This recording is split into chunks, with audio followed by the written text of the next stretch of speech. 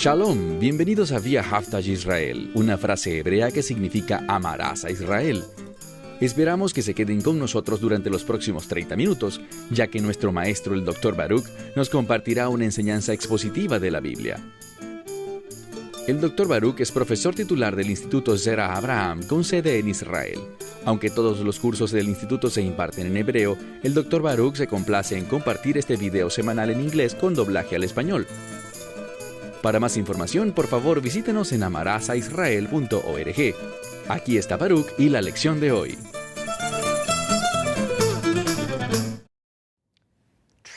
Tribulación, pruebas, aflicción. Muchas personas creen que estas son cosas del pasado, que un verdadero creyente no vivirá estas cosas.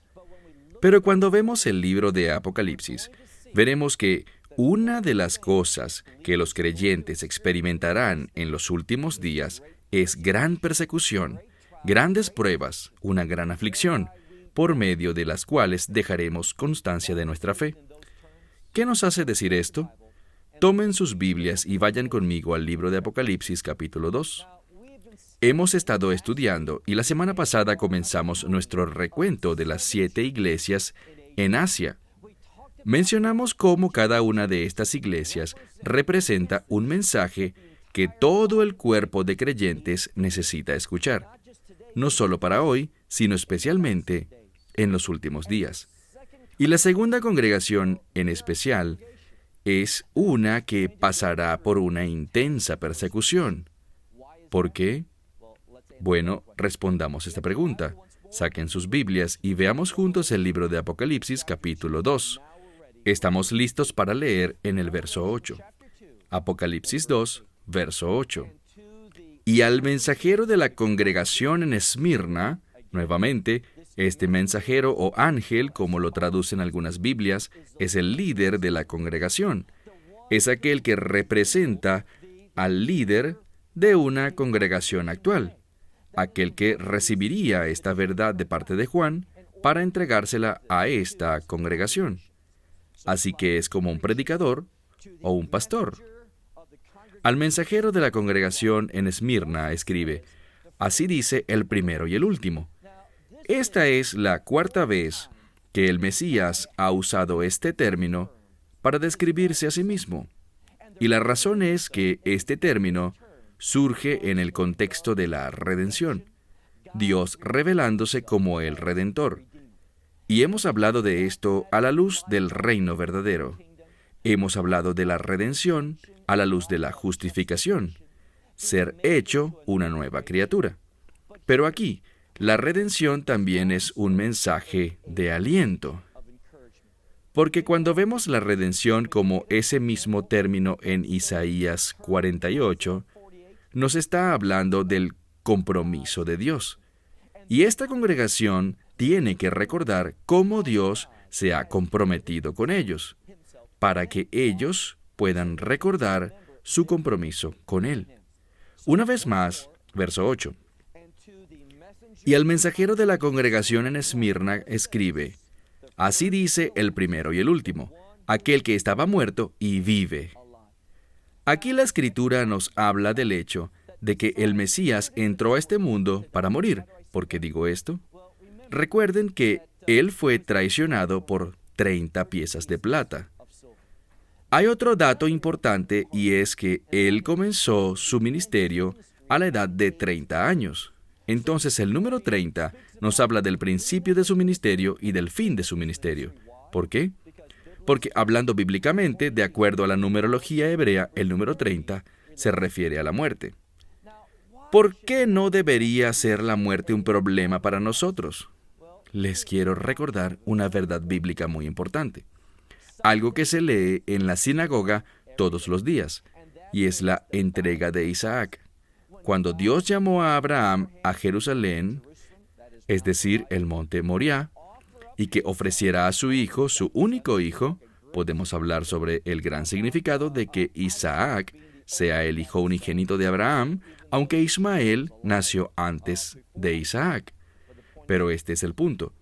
¿Por qué hizo esto Abraham? cuando todas las promesas que Dios le había hecho dependían de ese niño según su perspectiva.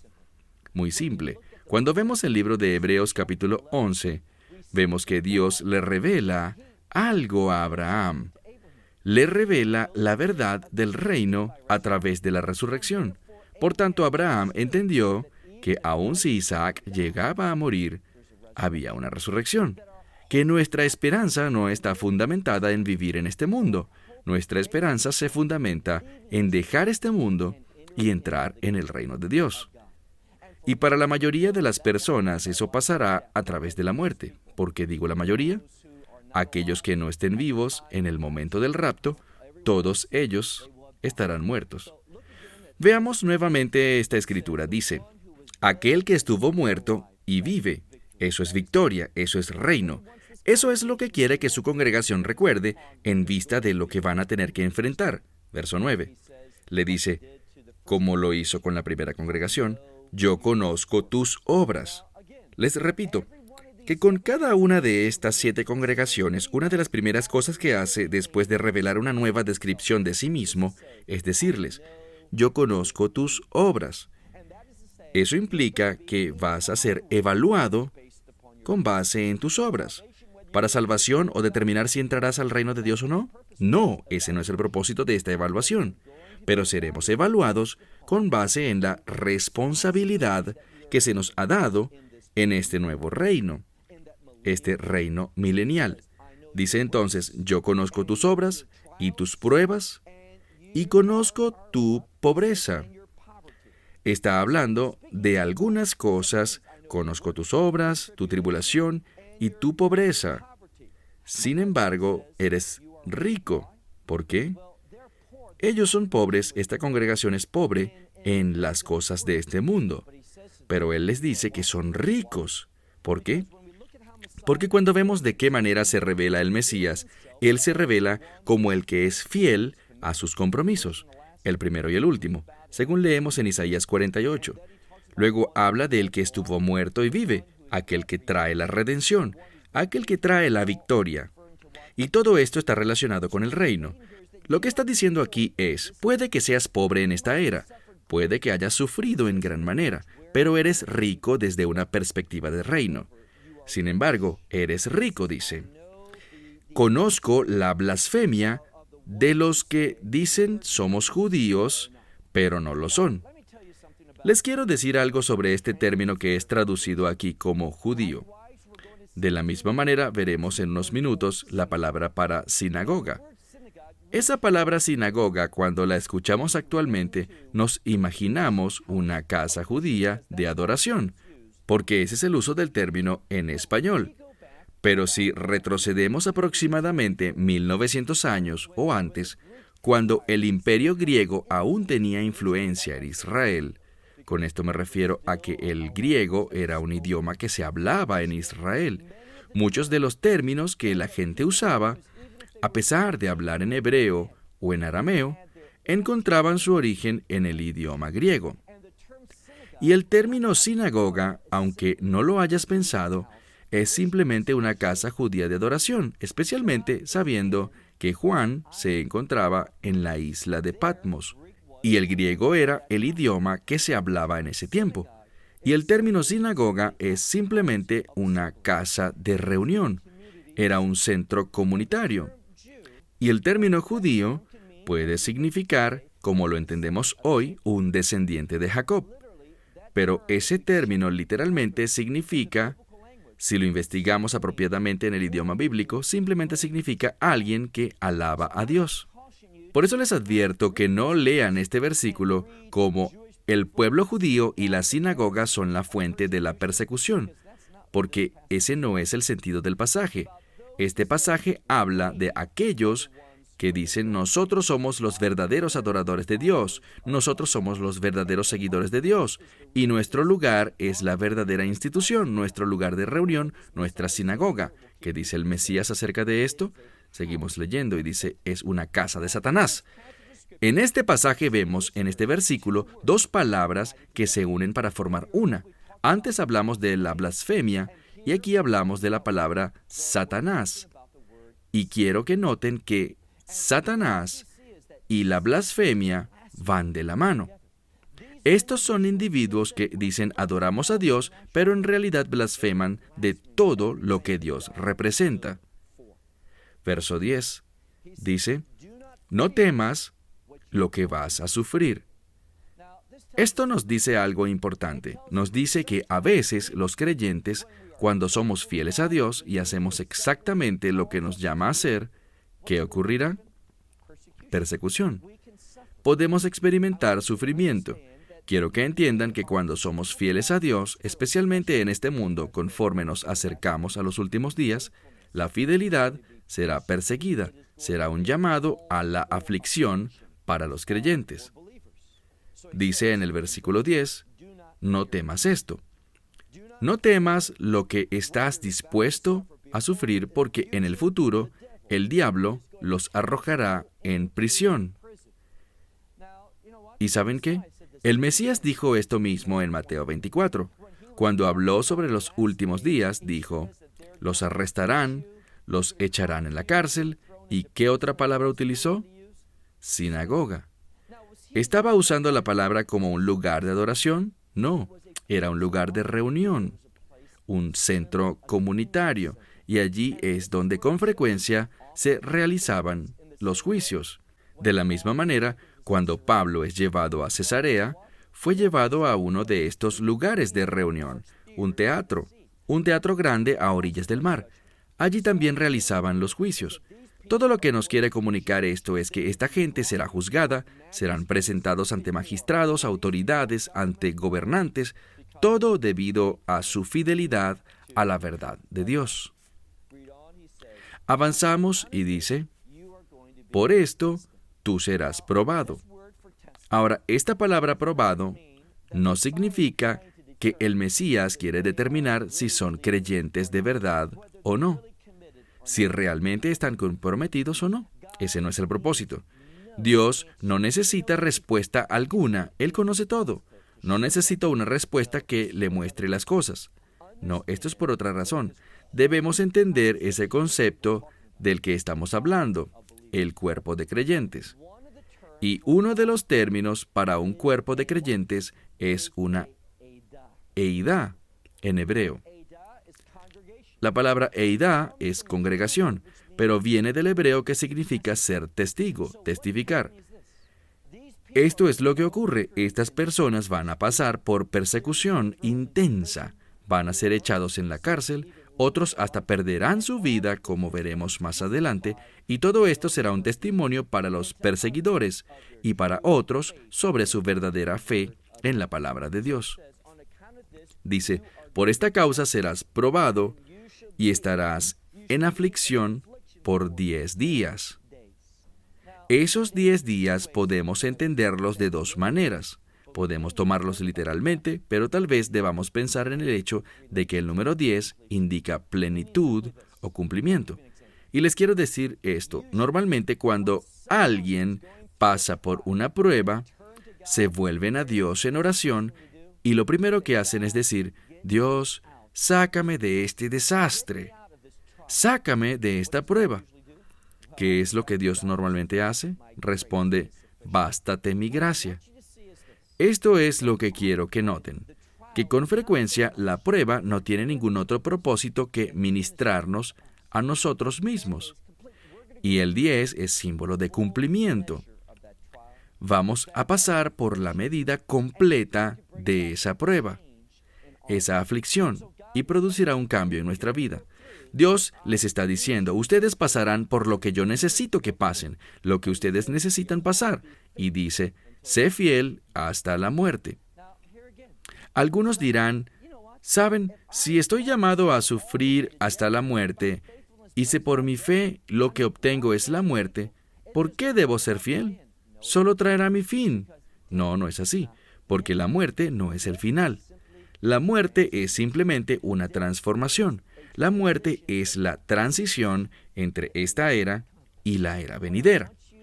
Lo que tú y yo, lo que nosotros debemos entender es que la muerte es donde nos identificamos con el Mesías. Pablo nos habla en Colosenses sobre conocer los sufrimientos del Mesías.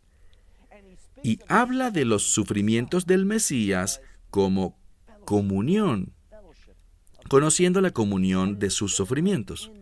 Y de la misma manera, en la muerte testificamos, en la muerte somos unidos con nuestro Mesías. Así que dice, sé fiel hasta la muerte, y yo te daré la corona de la vida. Nuevamente, me gustaría hacer una conexión entre el judaísmo y las enseñanzas de la Escritura, porque históricamente el judaísmo fue una religión con fundamento en la palabra de Dios, y podemos aprender mucho de esos sabios de la antigüedad. Una de las cosas que ellos conectaban era el término vida y reino. En esta era, lo que experimentamos no es la vida abundante. Podemos dar testimonio de ella. Dios dice, yo he venido para que tengan vida y la tengan en abundancia. Pero eso básicamente es un adelanto de lo que será nuestra experiencia en el reino. Tenemos una muestra como adelanto ahora, pero la experiencia suprema de vida está en el reino.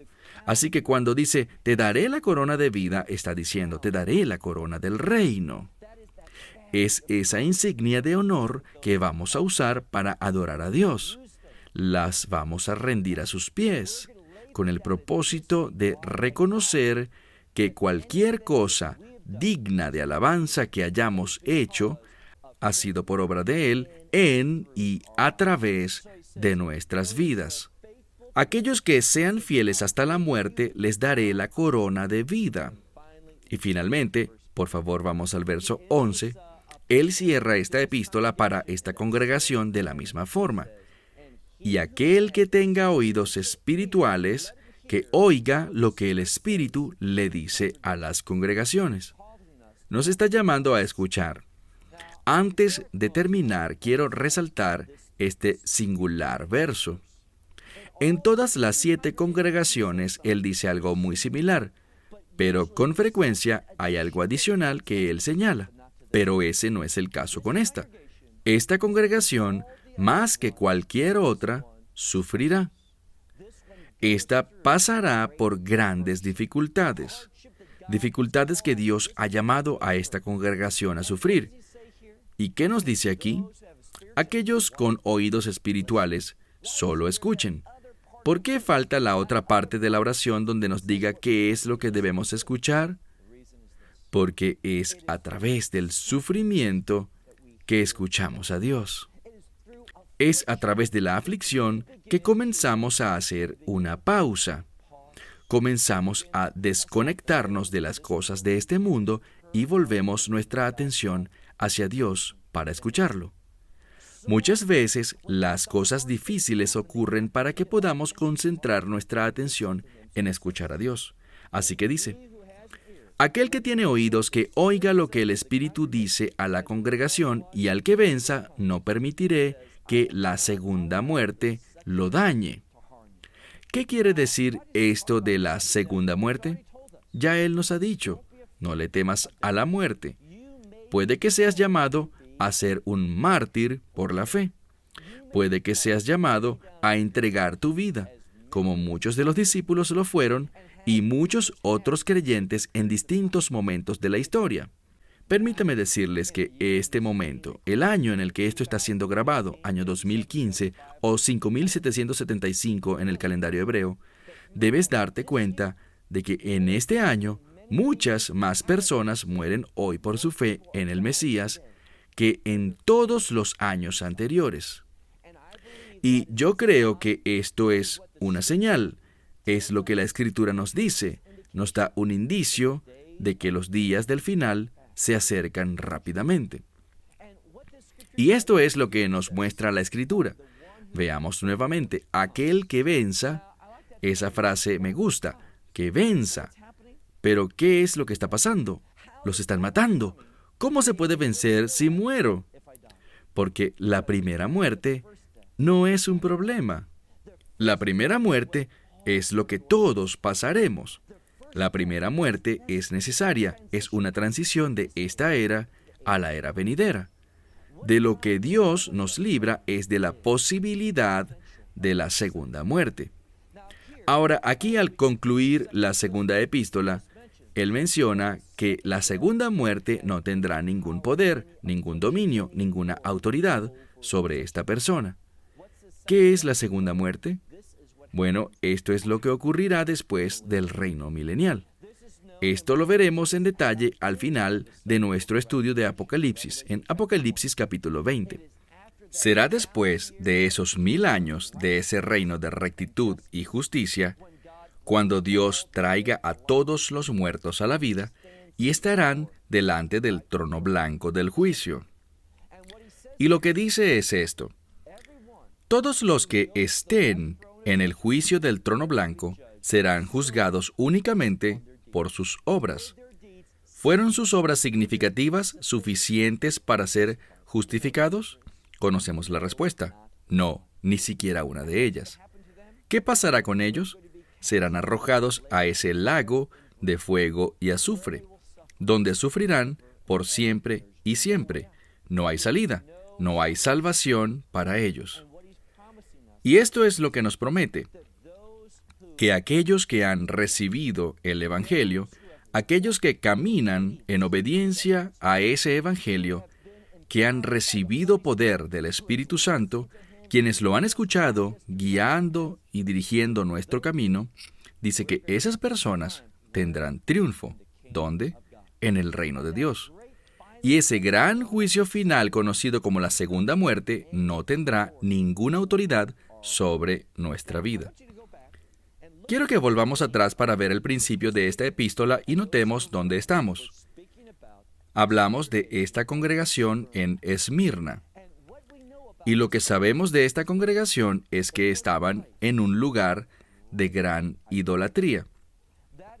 Es decir, que había gente muy comprometida a estas prácticas de idolatría. ¿Y qué en realidad es la idolatría? Es egoísmo. Se trata de alguien que desea que se haga su voluntad, obtener las cosas que desean obtener. ¿Qué produce la fe verdadera en Mesías? La fe verdadera en el Mesías manifiesta nuestra voluntad, nuestros deseos, nuestras metas, nuestros objetivos como lo que realmente son: pecado. Y la gente hará una de dos cosas cuando el pecado es expuesto en su vida. Si son sabios, se arrepentirán. Si no son sabios, lo que harán será reaccionar agresivamente y dirán: ¿cómo te atreves a decirme a mí lo que está bien o lo que está mal? ¿Cómo te atreves a juzgarme? Realmente no estoy juzgando, es simplemente una manifestación de la verdad. Y cuando nos paramos firmes en contra del egoísmo, ¿qué produce el egoísmo? Produce conflicto, produce crimen, produce dificultades, produce desunión. Cuando cada hombre hace lo que cree que es correcto según su propia opinión, ¿cuál es el resultado? Para el pueblo de Israel fue caer en la esclavitud, esclavos de sus enemigos, lo cual simboliza la esclavitud al pecado. Y esta congregación en Esmirna se encontraba en una ciudad conocida por el espíritu independiente de cada individuo. Ellos amaban la idolatría y la idolatría les producía grandes beneficios por ciertas cosas que allí se encontraban. La gente traía sus estatuas a estos llamados lugares santos y la idolatría le producía gran riqueza a la ciudad. Y esta congregación se opuso a esto. La gente venía a la ciudad y ellos compartían el mensaje de la verdad. Eso era malo para el negocio, malo para los objetivos de las personas. Es que la verdad del Mesías destruyó mi vida, la vida que yo quería construir. ¿Por qué? Eso es lo que significa cuando lo aceptas y crees en su evangelio y Dios dice: he aquí, todas las cosas son hechas nuevas. Esa palabra nuevas, hablando bíblicamente, también está relacionada con el concepto de cambio. Dios quiere producir cambio y estas personas no querían cambio.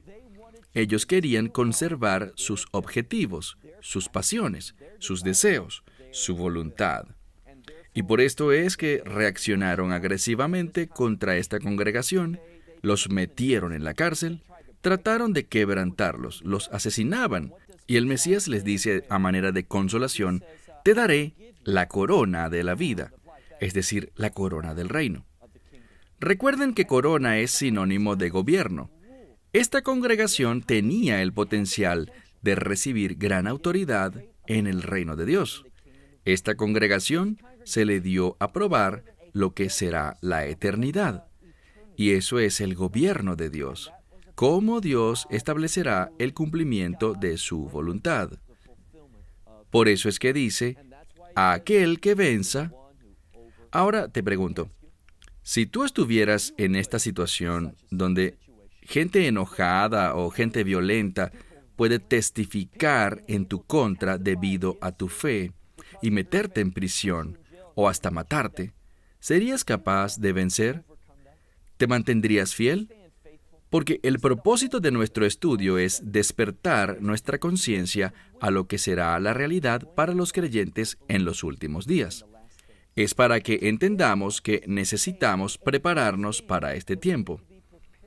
Quiero preguntarte, ¿cuándo fue la última vez que te arrodillaste con tu rostro en tierra y le dijiste, Dios, ayúdame a permanecer en fidelidad, ayúdame a vencer lo que sea que tú me llames a soportar? ¿Eres capaz en tu estado espiritual actual de testificar de tu fe sin importar si eso significa que te llevaran a la cárcel o que te lleven a ser ejecutado? Actualmente hay gente que está experimentando estas cosas en Siria, en Irak, en Egipto y en muchos otros lugares. ¿Estás preparado para esto? Porque déjame asegurarte, no solo pasará en estos lugares, sino que sucederá en todo el mundo, en cada iglesia, no solamente en la congregación de Esmirna.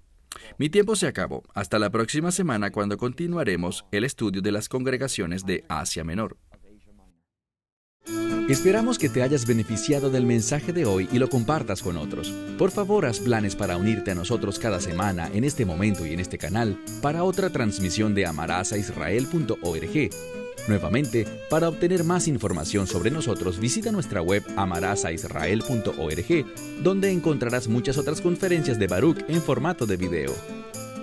Hasta la próxima semana. Que el Señor te bendiga en Yeshua HaMashiach, Jesús el Mesías, mientras caminas con Él. Shalom desde Israel.